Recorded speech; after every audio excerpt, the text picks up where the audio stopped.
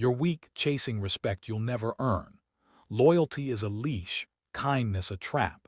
Every step you take cements your obsolescence while predators sharpen their dominance over you. Power is not a gift. It does not knock politely at your door, nor does it reward your patience or decency. You've been told to play fair, to follow rules, to be a good person, and that illusion has chained you to mediocrity. In this first chapter, we shatter that delusion. You will see the world as it truly is, a battlefield where only the ruthless survive and kindness is currency for the weak. Your perception, your lens, is your first weapon. If it's blurred by naivety, you are already dead. Most men operate under a simple but fatal assumption that people will act in their best interest or honor unwritten agreements. That assumption will cost you everything. Observe, loyalty is not virtue, it is a leash. Empathy is not strength, it is weakness exposed.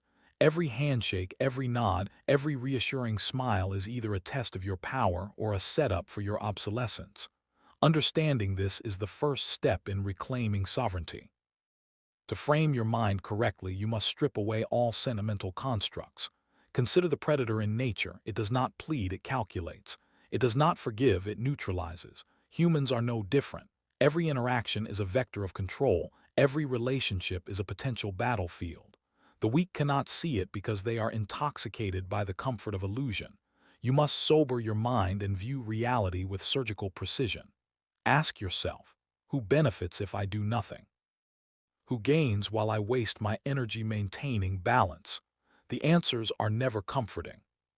Shift your lens. Stop seeing power as something external. Stop begging for acknowledgement. Power is internal. It begins with the recognition that the world is inherently indifferent, often hostile and unforgiving. Those who survive are not those with the purest hearts or the noblest intentions. They are those who exploit every opening, who read the currents of human desire and fear, and who act decisively while others hesitate. You will either adopt this lens or continue to bleed influence, respect, and opportunity. Now take inventory of your life. Examine the arenas where you have surrendered control, your career, friendships, family dynamics. Who dictates terms? Who moves first? Where have you deferred action because of morality or fairness? These are not mistakes, they are symptoms of your current lens. To rise, you must recalibrate. The weak serve, the strong command. Survival is not compromise, it is the relentless assertion of self over circumstance. In this chapter, the psychological objective is to destabilize your current identity. You must begin to see the moral and emotional frameworks you cling to not as shields, but as shackles. Your previous sense of justice, of loyalty, even of right and wrong, has made you predictable, readable, and therefore exploitable. By the end of this chapter, your mind will start to perceive life as a chessboard of threats, opportunities, and leverage. You are no longer merely a participant. You are a strategist in a ruthless arena. The lens of sovereignty is about recognizing that the world owes you nothing and that power is the only currency that truly matters. The weak apologize, the strong dictate. You will be neither forgiven nor understood. Every choice from here on is either an assertion of dominance or a concession to extinction. Begin to see clearly, act deliberately, and acknowledge. The world does not pause for the naive. Your mind is now set to observe without illusion. The next step is understanding what moves people and how to bend them without mercy. The world bends not to ideals but to leverage. Influence, domination, and manipulation are the silent engines behind every decision humans make. Most men operate blind, believing words, promises, or moral appeals carry weight. They do not. Only forces, fears, and desires move them, and those who understand this can bend reality to their will. This chapter teaches you to see the hidden levers that control behavior and to wield them without hesitation. Humans are predictably irrational. Fear is the most reliable motivator, envy the most corrosive. Every action you witness, every conversation contains subtle signals of what someone wants, what they dread, and where their loyalties can be exploited. The naive see these as trivial or coincidental. You must see them as opportunities. Learn to read microexpressions, posture, tone, and hesitation. These are the language of control. A single pause, a glance, or an overemphasized gesture can reveal entire hierarchies of power and submission. Manipulation is surgical, not theatrical. It requires patience, observation, and precise application. Consider history's most effective leaders and predators. They rarely screamed or blustered. They identified the weak points in human desire, the unspoken rules of fear, and the unguarded corners of trust. Then they applied pressure where it mattered most, often invisibly. You are not learning charm or persuasion. You are learning the mechanics of dominance. Every human interaction is a machine, and every machine has a control panel. Your task is to locate it and press the right levers. Do not confuse this with cruelty for sport. This is strategy. Timing and subtlety are paramount. Push too hard and the system breaks. Push too softly and you become irrelevant. Each person responds differently to pressure. Some fold under whispered doubt, others under public humiliation, still others only when their long-held beliefs are undermined. Your mastery lies in knowing which lever to pull and when. Measure, experiment, and never expose your full hand. Power is invisible until it strikes. Another core mechanism is narrative control. People do not respond to facts. They respond to stories that confirm or threaten their self-image. Frame events to your advantage. Recast betrayal as inevitability. Make your presence synonymous with dominance. Influence perception before action. This is far more effective than brute force. Most men react to circumstances. You will manipulate them so that their reaction serves your design. The psychological objective of this chapter is to rewire your perception of influence. You will no longer trust appearances, words, or societal conventions. Instead, you will see people as systems to be understood, mapped, and controlled. Recognize that compliance is rarely voluntary. It is the result of pressure applied precisely, repeatedly, and invisibly. You will begin to anticipate reactions, predict decisions, and extract obedience without ever raising your voice. By the end, you will understand that power is less about confrontation and more about orchestration.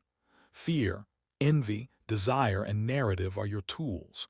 Timing, observation, and restraint are your weapons. Those who operate without these mechanisms are slaves to circumstance, while you will become the engineer of your own dominance. Survival demands this knowledge. Anything less is vulnerability. Humans fall into patterns. The first step in survival is identifying them. In this chapter, you will learn to categorize the people around you, not by morality, not by friendliness, but by their utility, threat level, and instinctive role in the hierarchy of dominance. Predators, pawns, and wolves. Each moves predictably, and each can be exploited or neutralized. Failure to recognize archetypes guarantees repeated losses and endless manipulation by those sharper than you. The predator is obvious once you understand its behaviors. Subtle dominance, unwavering calm, and the ability to make others bleed without showing effort. They command attention not through loudness, but through the quiet confidence that signals capability. Predators thrive on weakness. They detect hesitation, fear, and indecision like blood in water. Your task is not to become blind to them. You must anticipate, respect, and learn from them, all while positioning yourself so that you never fall prey. The pawn is everywhere. People who serve betray or obstruct depending on incentives. Pawns are malleable, predictable, and easily influenced. They can be tools or obstacles, but their loyalty is only transactional. Understanding pawns allows you to manipulate outcomes without direct confrontation. Every smile, every nod, every small favor contains a kernel of utility or a vulnerability waiting to be exploited. Recognize their patterns, exploit their attachments, and always remain a step ahead. Then there are the wolves, the hidden threats among the ostensibly weak. Wolves conceal ambition, intelligence, and predatory instincts under a mask of compliance. They are the most dangerous because they strike unpredictably, waiting for a moment of weakness. Detecting them requires patience. Subtle cues in speech, micro-expressions of desire, hesitation under pressure. Wolves can be converted into allies if carefully managed, or eliminated if they threaten your ascent. Ignorance of wolves is fatal. Every individual you encounter is a composite of archetypes, not a moral being. Human behavior is predictable once you understand the forces that drive it: fear, greed, desire, envy, ambition. Your psychological objective in this chapter is to dismantle any illusion of friend or enemy and replace it with clarity. Every person is a vector, a node of influence to be mapped, measured, and, if necessary, neutralized. By the end of this chapter, you will see the world as a chessboard populated by archetypes. Your survival and power depend on reading these roles with precision. You will anticipate moves, calculate loyalties, and exploit weaknesses, all while remaining emotionally untouchable. The naive believe in virtue. You will believe only in structure, influence, and control. Recognition of archetypes is not a skill. It is the lens through which dominance becomes inevitable. Threats are not abstract. They are tangible, ever-present, and patient. By now, you've recognized predators, pawns, and wolves, but understanding them intellectually is not enough. You must immerse yourself in the reality of human cruelty, historical examples, and the raw mechanisms of survival that have repeated for millennia. This chapter forces you to confront the inevitability of danger and your own vulnerability, leaving no illusions about safety or morality. Humans betray. They betray family, friends, and allies without hesitation when self-interest calls. History is littered with those who clung to comfort, loyalty, or naive trust, and were destroyed by those who understood the unspoken laws of power. Caesar, Napoleon, and countless others survived because they anticipated treachery, exploited weaknesses, and acted decisively. Your task is to internalize this. Betrayal is the default, not the exception. The threats you face are not always visible. Wolves conceal ambition, predators disguise themselves as innocence, and pawns carry the seeds of failure through ignorance. You must see the latent danger in every interaction. A casual remark may signal hidden hostility, a favor may be a trap, and a gesture of friendship may carry strings of influence designed to control you. Recognition of these threats allows you to act preemptively, rather than reactively. Hesitation is fatal. Psychological warfare is constant. People lie, manipulate, and deceive because they can. It is embedded in the human condition. Fear and envy are tools wielded unconsciously and deliberately. Historical examples, assassinations, coups, corporate betrayals, demonstrate that survival requires mastery of these forces. You must train your perception to detect subtle patterns, to anticipate attacks before they manifest. This is not paranoia. It is clarity. Threats escalate not only from external forces but from internal weakness. Emotional attachment, misplaced loyalty, and moral rigidity make you predictable, readable, and exploitable. Every unresolved fear, every hesitation, and every unexamined bias creates openings. The stronger you become, the more visible your dominance, and the more dangerous the forces that will attempt to remove you. In this chapter, you will experience a psychological inversion. What you assumed was safe is a liability. What you thought trivial is a vector of control, and what you feared may already be in motion against you. Historical examples of betrayal, psychological manipulation, and conquest serve as mirrors for your own life. You will begin to perceive patterns where others see chaos, motives where others see friendship, and danger where others see neutrality. By the end, you will understand that threats are omnipresent and eternal. Survival depends on anticipating them, neutralizing them, and using them as leverage. There is no comfort in this knowledge, only clarity. Only those who embrace the relentless nature of threat can act decisively, strike preemptively, and ascend. Weakness is visible. Dominance is invisible until it overwhelms. Knowledge without action is irrelevant. By now, you've seen predators, pawns, and wolves, and you understand the omnipresent threats surrounding you. Survival demands more than awareness. It demands a deliberate transformation in behavior. This chapter teaches you how to shift your conduct, assert dominance, and manipulate outcomes so that control becomes inevitable. You will stop reacting and start orchestrating. The first principle is calculated detachment. Every emotion displayed is data to your enemies. Hesitation signals weakness. Anger signals predictability. Overt compassion signals vulnerability. You must adopt a posture of unflinching neutrality. Your gaze, your movements, and even your breathing should communicate composure and authority. Others will mirror your demeanor. Assuming strength, where you choose to display control. Next is selective engagement. Not all threats require confrontation. Some require subtle manipulation, others elimination, and many only observation. Understanding which requires which is the difference between dominance and disaster. By calibrating your interactions, knowing when to intervene, when to withhold, and when to act, you create leverage. Timing is as lethal as strength. A well-timed word or gesture can unravel an opponent before they realize it. Behavioral escalation is your next weapon.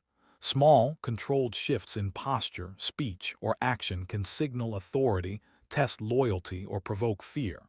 Observe reactions like a surgeon observes a patient under anesthesia. Every flinch, glance, or misstep is information. Use it to refine your strategy. Escalate pressure incrementally to see how far others bend, adjusting without exposing your full capability. Control also requires environmental manipulation. Arrange spaces, optics, and conditions to enhance your perceived dominance. Light, shadow, positioning, and distance influence perception subconsciously. A single well-placed shadow, a reflective surface catching eyes, or a strategic doorway can amplify authority. You will learn to mold the environment so that others act in ways that reinforce your power. Ritualized behavior reinforces perception. Consistent posture, habitual patterns, and subtle routines signal unassailable confidence. People internalize these cues, even if they are unaware, and adjust behavior accordingly. You are no longer merely a participant in interactions. You are a constant force shaping outcomes, bending others subtly to your design. The psychological objective is transformation. By the end of this chapter, your presence alone alters dynamics. Rivals hesitate, pawns comply, wolves reconsider their moves. This is not charisma, it is tactical dominance. Your every action is deliberate, invisible, and calibrated to extract maximum influence. The naive call it luck or natural authority. You call it mastery. Strategic response is not reactive, it is preemptive. Threats are mitigated before they manifest, weaknesses exploited before they are exposed, and loyalty enforced before betrayal arises. You will emerge less predictable, more controlling, and fundamentally untouchable. The world no longer shapes you, you shape it. To ascend, you must first destroy, not your enemies, your old self. Your weaknesses, attachments, moral illusions, and predictable behaviors must die. This chapter is about surgical reinvention, erasing the man who hesitates, doubts, or fears, and replacing him with a predator of precision, control, and relentless intent. Anything less is vulnerability. Identity death is brutal because it forces confrontation with uncomfortable truths. Your reliance on loyalty, empathy, or fairness is a liability. Your past behaviors, subtle concessions, compromises, or indulgences, have left imprints visible to predators and wolves alike. These patterns must be consciously obliterated. Only then can a new persona, honed for dominance, emerge. The replacement self is strategic, detached, and sovereign. This is not a performance. It is a transformation of cognition and presence. Your gestures, posture, and expressions communicate authority without effort. Every interaction is filtered through the lens of power. Hesitation is gone. Emotion is a tool, wielded only to manipulate outcomes. Fear is extinguished because your survival is engineered, not hoped for. Rituals reinforce the new identity.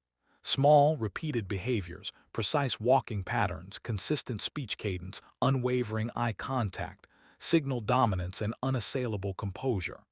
Others will internalize these cues, perceiving you as immutable. You are no longer a participant in their games. You are the game master. The world adapts to you because the old self, which bent to circumstance, no longer exists.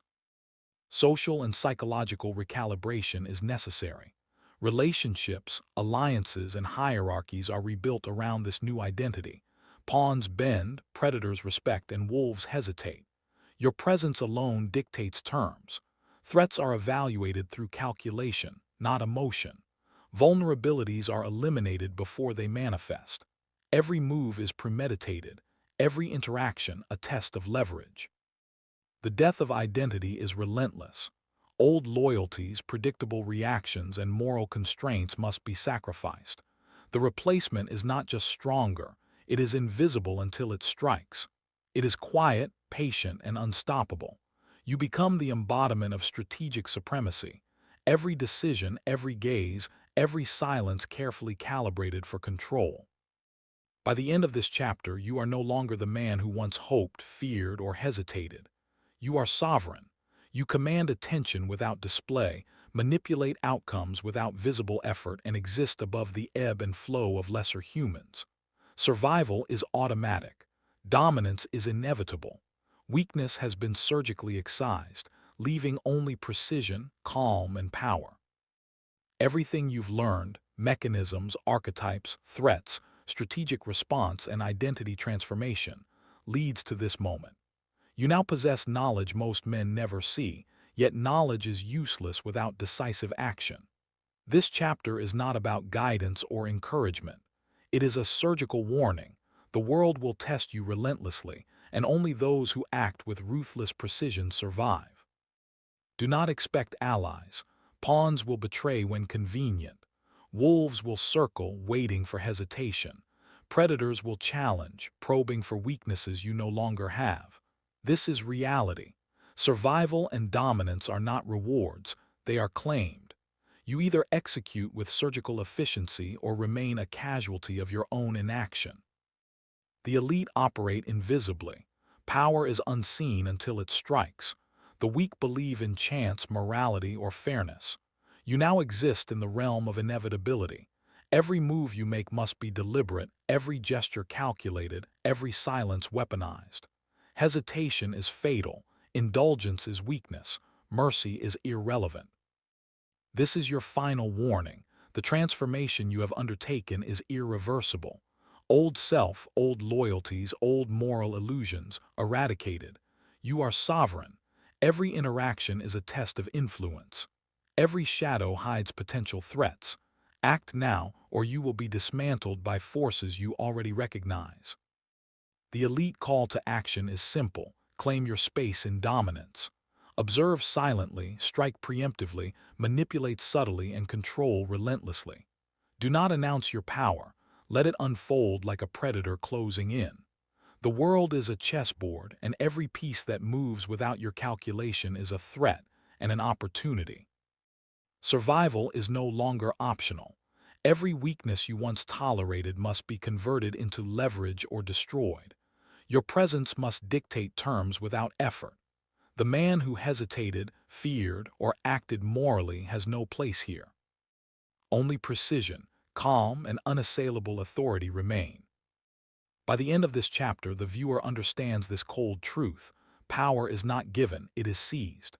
Control is not earned through morality, it is asserted through strategy. Fear, envy, desire, and loyalty are tools, not virtues. You now stand at the threshold, execute with the precision of a surgeon, and the world bends. Fail, and it will devour you without remorse. The final psychological objective: instill an irreversible sense of urgency, clarity, and dominance. You are no longer naive. You are no longer reactive. You are sovereign.